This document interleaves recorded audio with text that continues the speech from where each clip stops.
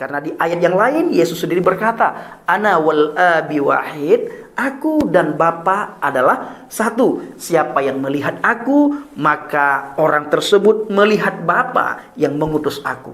Kata Yohanes 10 ayat 30 ini berkata, apakah Yesus berbicara di sini satu pribadi dengan Bapa ataukah satu esensi dengan Bapa? Maka kalau saya ditanya apa sih yang digunakan oleh Yesus di sini, saya menjawab bahwa Yesus sedang menunjukkan bahwa ia satu esensi. Ia sedang menunjukkan bahwa ia adalah Tuhan kepada orang Yahudi pada saat itu.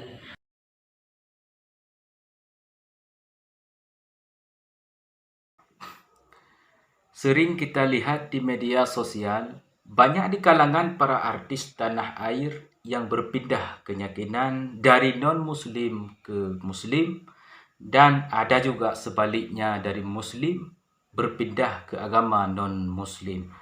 Di akhir-akhir ini tentang perpindahan agama di Indonesia sudah menjadi trending, sudah sering diperdebatkan mulai dari kalangan para artis berpindah agama dari non-muslim menjadi muslim, dari pendeta menjadi ulama, dan dari muslim menjadi pendeta. Dan di akhir-akhir ini dihebohkan dengan berita di media sosial. Ada seorang muslim yang berasal dari Aceh. Beliau hidup dalam lingkungan yang mayoritasnya beragama Islam. Orang tuanya Islam yang taat. Dia pernah tinggal di pondok pesantren.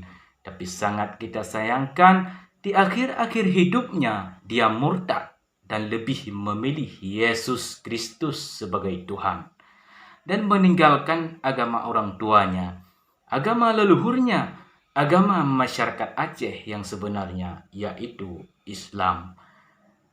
Dia memberikan berbagai macam alasan dan bukti yang ada di dalam Alkitab, Bible atau Injil yang memperlihatkan bahwa Yesus adalah Tuhan sebagai juru selamat bagi umat manusia. Salah satunya adalah dia memperlihatkan Injil Yohanes pasal 10 ayat 30. Yesus atau Nabi Isa alaihi salam mengatakan, Aku dan Bapa adalah satu. Sebenarnya kalau kita perhatikan pada konteks ayat yang dimulai dari ayat ke-23, maka jelas bahwa maksud satu pada ayat itu adalah bukan satu keilahian. Dalam artian Allah menurunkan firman kepada Yesus atau Nabi Isa, kemudian Yesus menyampaikan firman itu kepada murid-muridnya. Lalu murid-murid Yesus menyampaikan firman itu kepada Bani Israel. Antara Bapa, Yesus, dan murid-muridnya adalah satu. Artinya bukan satu keilahian atau satu ketuhanan, akan tetapi maksudnya adalah satu dalam menyampaikan kebenaran. Allah menyampaikan firman kepada Nabi Isa atau Yesus, kemudian Yesus menyampaikan firman itu kepada murid-muridnya, dan murid-muridnya menyampaikan firman itu kepada Bani Israel. Yesus atau Nabi Isa bersama murid-muridnya adalah satu.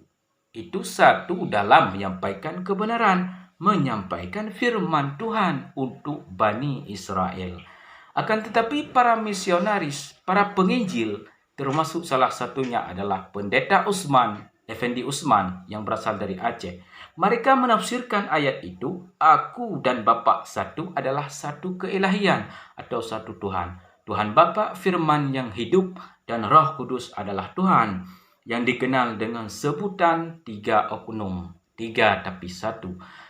Kalau masih belum mengerti, bisa kita lihat pada ayat yang lain. Yesus berkata, Aku tidak ada lagi di dunia, akan tetapi mereka masih ada di dalam dunia.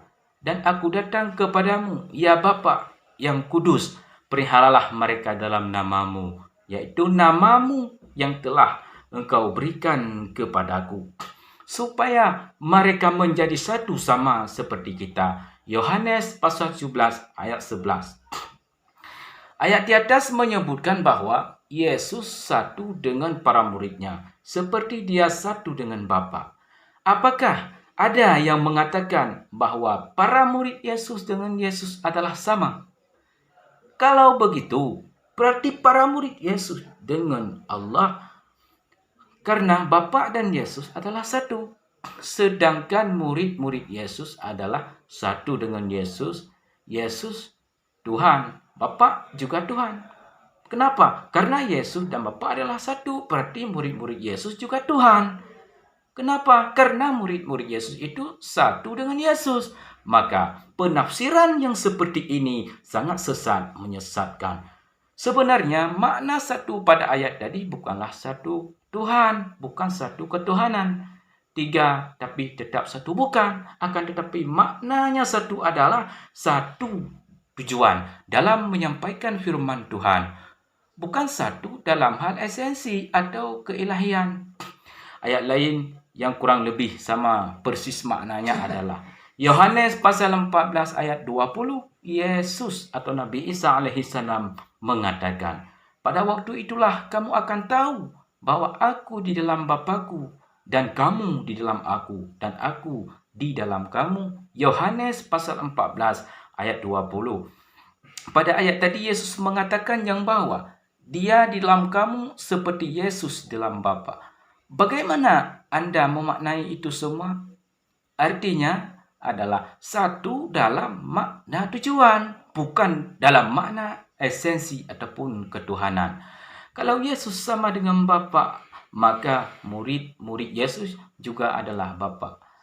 Karena para murid Yesus dengan Yesus adalah satu. Maknanya tentu saja bukan seperti ini.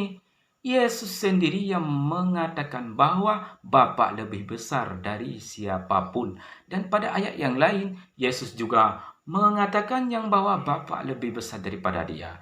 Ini membuktikan apa? Membuktikan yang bahwa Yesus dan Bapa adalah pribadi yang berbeda. Dan makna satu pada ayat Yohanes pasal 10 ayat 30 adalah satu dalam tujuan, satu tujuan dalam menyampaikan kebenaran.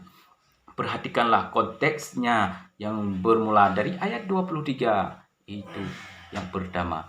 Adapun yang kedua, benarkah para murid-murid Yesus menyembah Yesus sebagai Tuhan? Maka jawabannya tidak. Tidak mungkin Yesus adalah Tuhan. Tidak mungkin Yesus adalah Bapa. Dan tidak mungkin Yesus itu adalah Allah. Karena Dia juga sujud kepada Tuhan. Dia memohon kepada Tuhan. Bahkan Nabi Isa ataupun Yesus berdoa kepada Tuhan. Lihat Injil Matius pasal 26 ayat 39. Maka ia Yesus maju sedikit, lalu sujud dan berdoa. Katanya, ya Bapakku, jikalau sekiranya mungkin, biarlah cawan ini lalu daripadaku. Tetapi janganlah seperti yang ku kehendaki, melainkan seperti yang engkau kehendaki. Matius pasal 26 ayat 39. Dan Yesus tidak tahu kapan kiamat. Yesus tidak mengetahui kapan kiamat terjadi. Sedangkan Allah yang hakikat adalah tahu. Lihat Injil Markus pasal 13 ayat 32. Tetapi tentang hari atau saat itu tidak seorang pun yang tahu. Malaikat-malaikat di surga tidak tahu. Dan anak pun tidak. Hanya Bapa saja.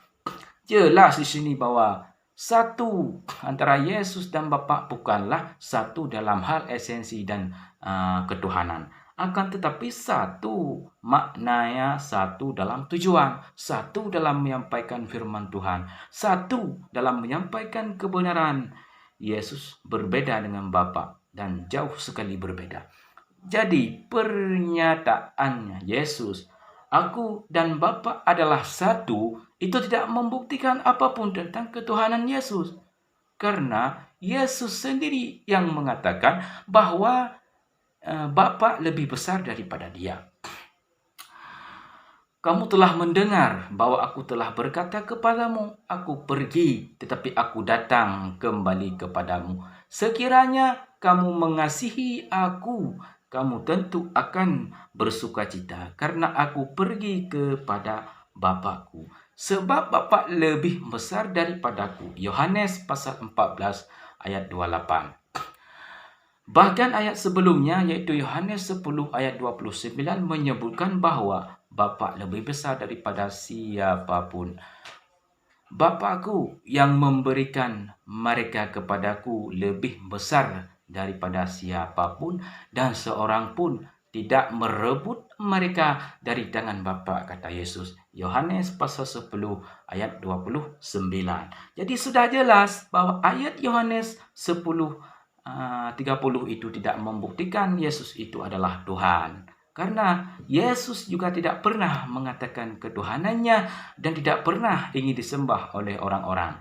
Akan tetapi orang-orang yang mengaku umatnya malah melakukan hal sebaliknya dan melakukan penghinaan terhadap Yesus dengan menjadikan dia Tuhan dan menyembahnya.